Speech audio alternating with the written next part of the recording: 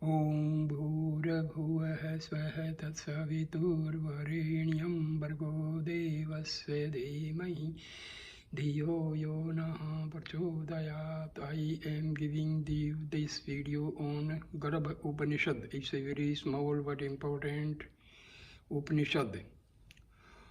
Om, may we be protected, may we be nourished, may we act together with energy, may our study be vigorous and effective, may we not mutually dispute. Om Shanti, Shanti, Shanti. The body is fivefold in nature, the five elements existing in the five depending on the six sports. Taste of food connected with the six qualities consisting of seven dhatus tissues. Three impurities having two yoni sexes and nourished by four kinds of food. How is Panchamakam fivefold because of the five earth, water, fire, air and ether. In this fivefold body, what is earth, what is water, what is fire, what is air and what is ether? It is said that what is hard is earth, what is fluid is water, what is warm is fire, what moves is air and what is space is ether. There the earth is to support, water is to consolidate, fire is for light, air is for movement and ether is to provide space.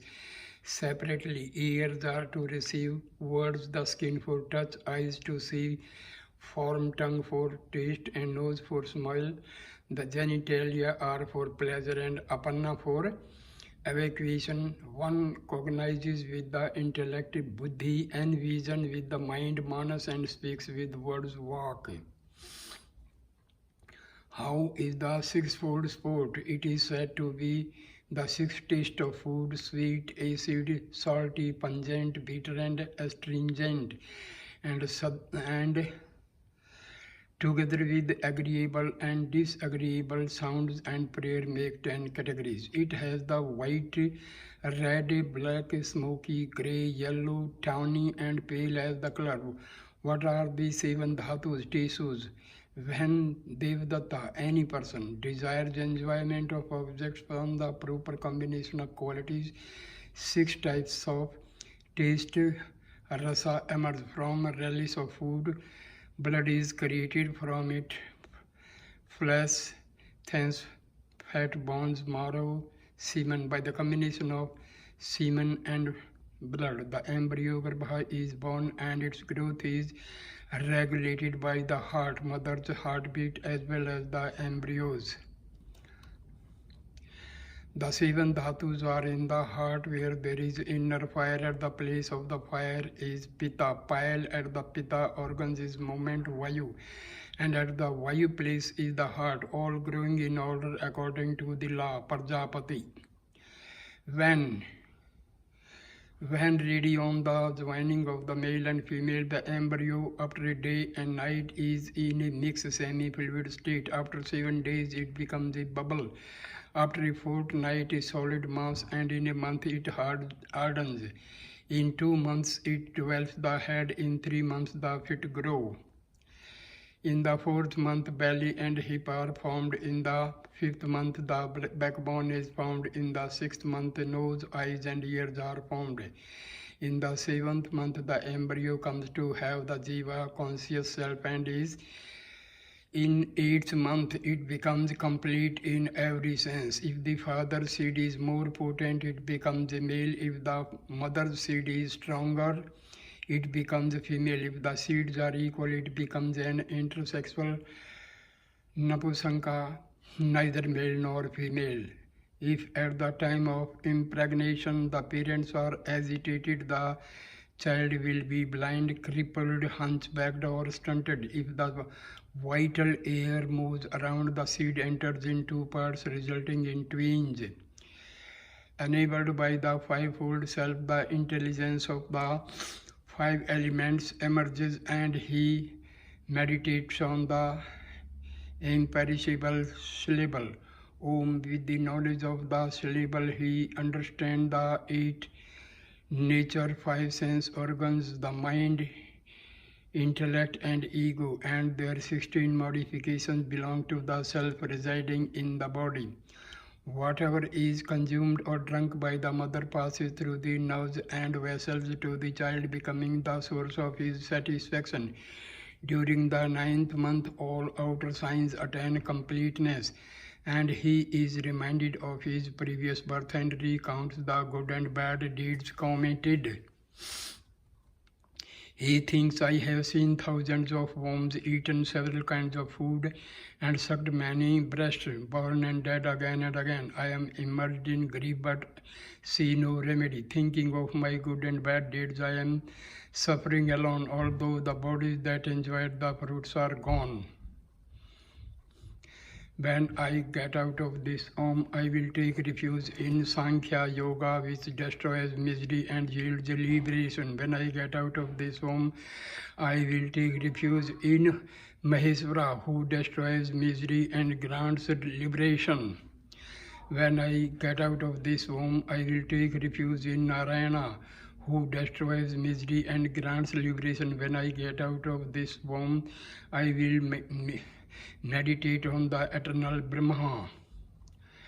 When he reaches the birth canal and comes out of it with great difficulty, he is touched by an all-pervading moment, Maya, that causes him to forget previous births and the good and the bad deeds performed therein. Why the body is called Sriram? It has 3 fires, namely Jnanagni, Darshana Agni, Kosagni, Kosthagni. Of these, Kosthagni is that fire which enables the digestion of all that is eaten. Darshanagni is the fire that gives the power of seeing forms. And Jnanagni is that fire of knowledge which enables one to distinguish between good and bad actions. They have 3 places. At the heart is the Dakshinagni, in the belly is the Grahapatya is in the mouth is the Ahavanya, Atma is the Yajmana, sacrificer, the mind is the Brahman, the doer. Greed and so on, anger, jealousy are animals of sacrifice. Mental strength is the woe, containment, and the organs of intellect are the instruments of yagna. The action organs are the sacrificial objects to the havis of the or the rice. The head or the skull is the utensil. The hair therein is the darba, the dried grass used in homa. The mouth is the inner altar, and head are the 4 cups, and 2 rows of teeth are the 16 cups, kapala of the sacrifice. The human body consisting of 107 marmas, weak or sensitive spots, 180 sutures or junction pointing, 109 sinews, 700 channels, 5 majja muscle, 360 bones and 45 million hairs. The heart weighs 8 palas and the tongue weighs 12 palas.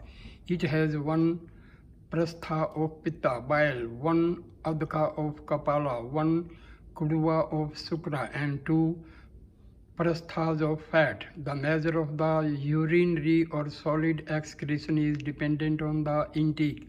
1 pala is 45.5 grams. 1 prastham is 728 grams. 1 adhikam 2912 grams. 1 kuduvam is 182 grams. This Moksha Shastra was enunciated by the sage Pippalada. This Moksha Shastra was enunciated by the sage Pippalada, and here ends the Garbha Upanishad. In the next video, I will describe about how this Upanishad was, how how this Upanishad came into existence by sage Pippalada. Om Shanti Shanti Shanti.